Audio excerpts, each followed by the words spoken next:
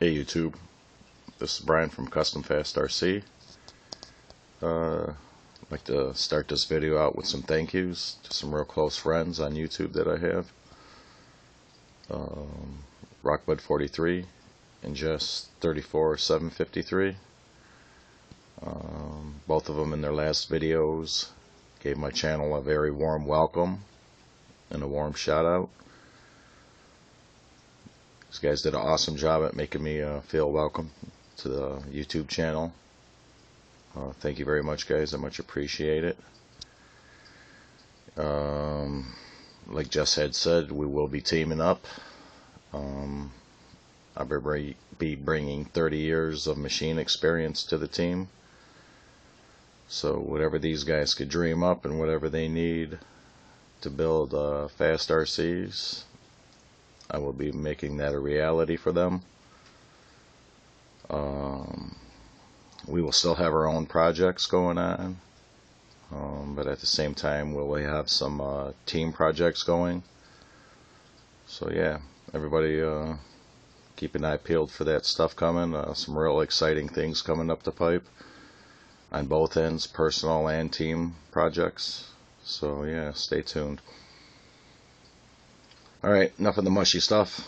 In the last video I was talking about a carbon fiber reinforcement for the speedrun bodies, and pleased to say that I'm very happy with the way it all came out. And the stuff is hard, guys. I can't compare it to the shoe glue and drywall tape because I don't know what that's like, but from what I hear, it's pretty tough to beat carbon fiber. Next time I will be going with a single layer. This is 2 layers, and I probably got a little carried away with the resin. Still learning, but yeah, next time I will probably just go with 1 layer of carbon fiber. Put 1 layer of resin down first, a thin layer, just enough to coat the surface, and I did do it over the paint, so I don't know if that's a mistake or not.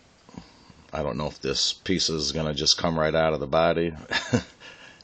Not sure. Like I say, still fiber stuff. So, but yeah, 1 layer, put down the resin first, put your carbon fiber material in there, pat it down. Definitely use a pair of rubber gloves. This stuff gets all over everything. I got some smudges on my body because of it. This will be a run body only. I'm going to do another body for display purposes only. So, but yeah, just be careful. This stuff ends up everywhere. If anybody has any questions about this carbon fiber reinforcement, like I say, just hit me up, and I'll do the best I can to help you out. But yeah,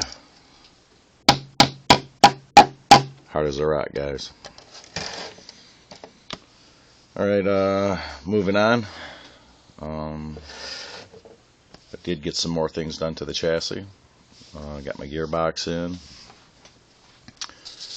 Got the rear arms in. Got my MIP drive shafts in. Did I say gearbox? Gearbox.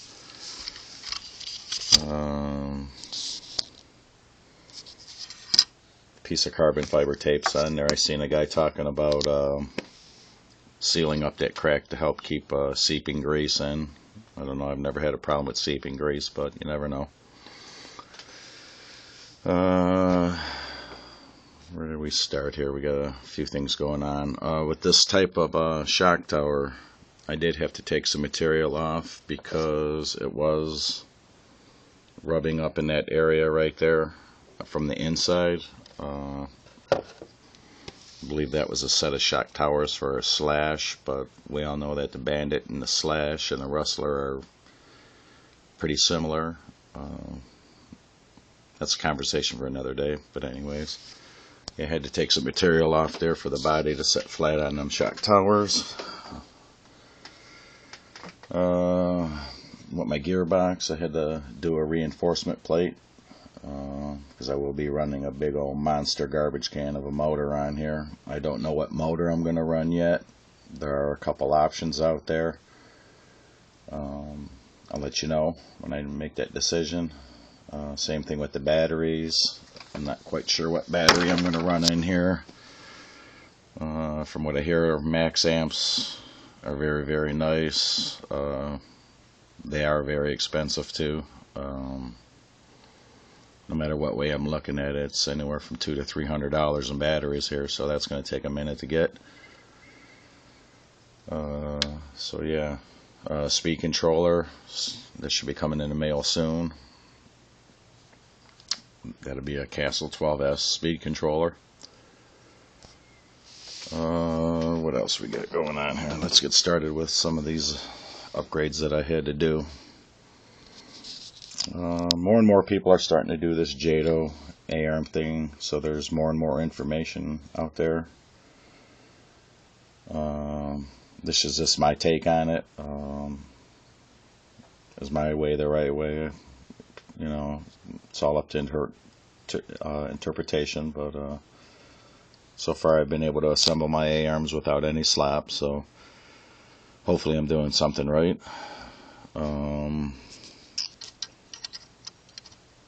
I got a little carried away. I started building and getting things done without showing you guys, but yeah, same as on the front. Trying to eliminate slop. So we got a demonstration piece here.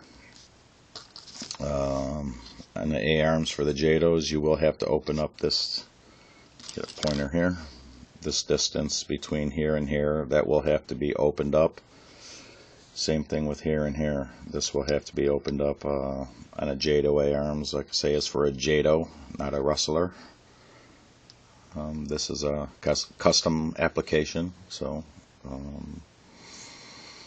if you can put them on a mill and mill them open, or just take your time with a Dremel and open them up that way.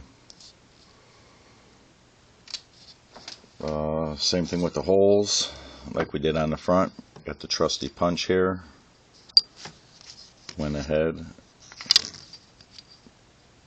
put that cone shape over the holes, gave it a smack, shrinks the holes up. You don't necessarily want the pin that you assemble it with to drop right in. Actually, you want some resistance. The pin right there that I used, you can see that little C-clip on there. It's a little bit different than the front. We used just a regular shaft and retained it with some screws. But this seems to be the best fit for this. That is the pin from the bulkhead A-arm assembly that you will find in the Rustler and the Slash and the Bandit.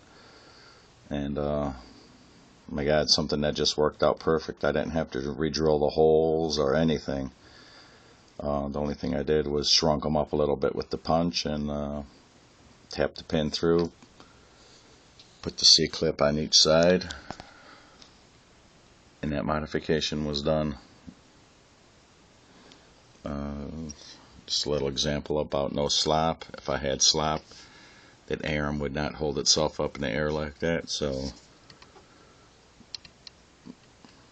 the noise you hear there is a little bit of slop in the rod ends. Those are not perfect. I am still working out a way to get something better in that area. But anyways, MIP drive shafts with ceramic bearings in the carriers.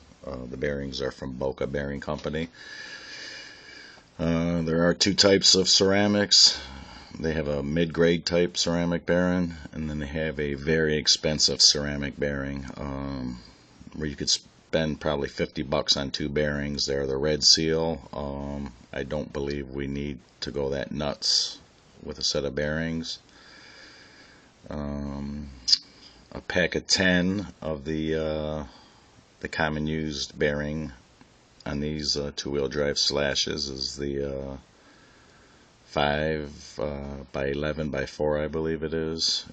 I got 10 of those for $40, so they're not too bad. They are the Yellow Seal. What else do we got going on here? Okay. Up until now, from what I've seen, we were only limited to one idea with these bearing carriers when it comes to the Jato A-arm setup. For those that didn't know, Jato has its own bearing carrier, and it does look nothing like that. But we are not able to use it because of the bearing configuration that it has. And I'll show you that right now. I wish I would have known and thought of this idea before I did the modification on these A-arms, which is this area right here.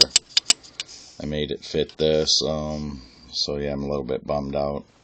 Future A-arms, I will be using these. Okay, but the trick is, this is what the Jatos offer. If you notice, that bearing right there is a whole lot bigger than that bearing right there. So what you do is you come up with a little assembly that looks like this. This, I believe, is a 15 millimeter diameter with a 10 millimeter ID by 4 millimeters thick. Okay, that will not fit on that MIP drive shaft. Unfortunately, MIP does not make this type of a drive shaft, this heavy duty, for the Jatos.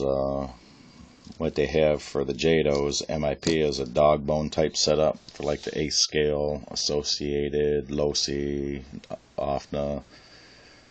So, which I may end up going to running 12S. I'm not quite sure if this axle shaft will handle all that power or not. So we may end up going to dog bones on this one. We shall see. But anyways, getting back to this, that right there will not accommodate that stub shaft. So what I did is I put this together. That is a 5 by, oh wait a minute, yeah, 5 by 10 by 4 millimeter bearing that you just press it right in there, and you end up with a situation like that, which looks like a situation like that. So then you can use these, which I believe is 10 times cooler looking. Probably adds a little bit more strength. Is it proven? Does it fall apart? You know, I don't think so, because there is a little lip on the inside there that I think would keep that inner bearing from coming out. So, but like I say, it's not proven. Just an idea. Maybe somebody could try it and see. But yeah, a different option for a bearing carrier. Damn it, I wish I would have known. Anyways, what we got going here? Okay, I'm aware of the MIP making a design change. We no longer have the hole in the stub shaft for the 17 millimeter hub adapters.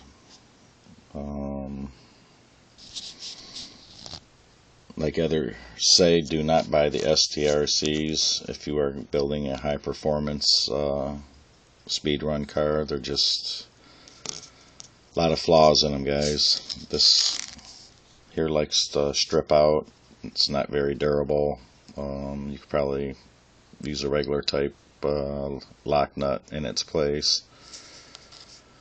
But anyways, if this is all you got and you're able to do a little bit of drilling and tapping, this is something what the MIP adapters look like. That is a 3 millimeter tapped hole. Just drill and tap it for 3 millimeter if you're handy, and you can use your STRC 17 millimeter hub adapters.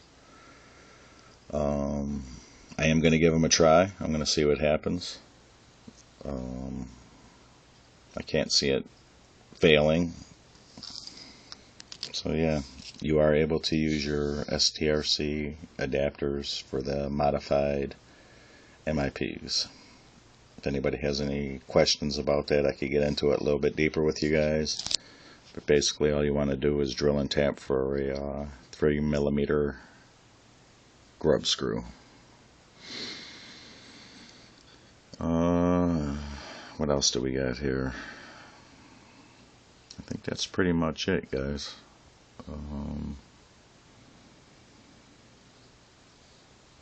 Trying to see if anything pops up.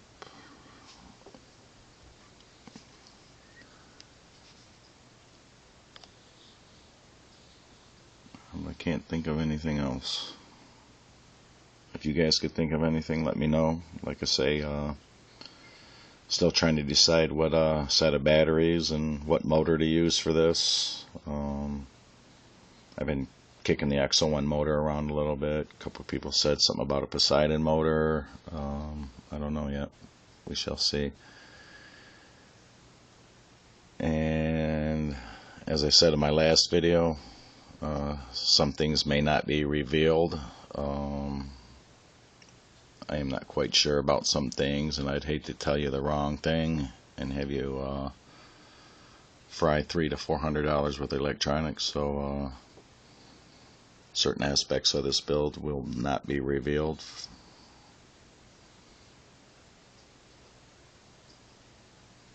But anyways, the things we have talked about, if anybody's got any questions, hit me up and I'll do the best I can to help you out.